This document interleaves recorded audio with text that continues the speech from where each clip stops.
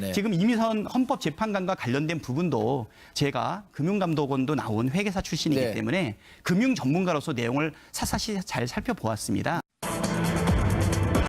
가장 뜨거운 것이 지금 우리 이미선 네. 헌법재판관 후보자에 대한 그 관련된 내용 아니겠습니까? 네, 네. 저도 우려가 좀 많이 있었습니다. 예. 뭐 여러 가지 우려가 많이 나오지 않았습니까? 재산 전체 중에서 주식이 차지하는 비중이 굉장히 높다. 네. 거래 횟수라든가 거래 금액도 굉장히 높았다. 네. 이해 충돌의 의혹도 있었다. 예. 그리고 또 뭐 있었죠?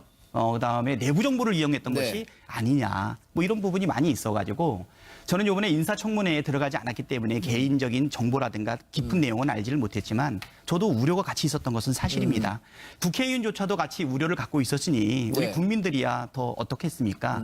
그렇지만 이제 제가 오늘 이 내용을 잘 한번 살펴봤는데요. 결론은 뭐냐면 이것은 우려와 의혹으로 포장된 예. 어떻게 보면 생사람을 잡는 것이 아닌가 저는 결론적으로 그렇게 내렸고요. 네.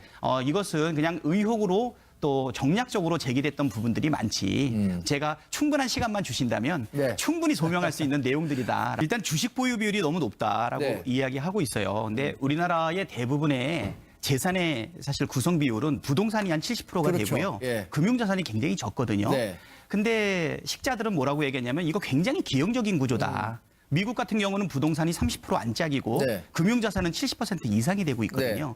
그러면 이 주식 비율이 상당히 높다라고 하는 것은 우리나라의 일반적인 자산 구조와 다르기 때문에 그거에 대한 이해 때문에 사실 발생했던 부분이 있어요. 네. 또 하나는 뭐냐면 주식 투자에 대한 부정적인 시간이 많이 있다는 것이죠. 하지만 주식은 그 자체가 부동산 투자에 비해서는 상당히 건실합니다. 네. 지금 그 배우자 되는 분은 지금 변호사 아니겠습니까? 네네. 연봉이 5억 이상 된다고 이야기를 하고 있어요. 뭐 변호사 생활 굉장히 오래 했겠죠. 네. 후보자도 좀 고위 법관 아닙니까? 네네. 두 사람의 맞벌이를 생각을 하게 되면 우리 국민적 정서하고는 조금 견해가 다를 수 있겠지만 고액 연봉자들이에요. 네네. 이분들이 20년 정도를 열심히 일을 해가지고 번 재산이 한 40억 정도 되거든요. 예. 그중에 한 35억 정도가 지금 주식에 투자가 되고 예. 있어요.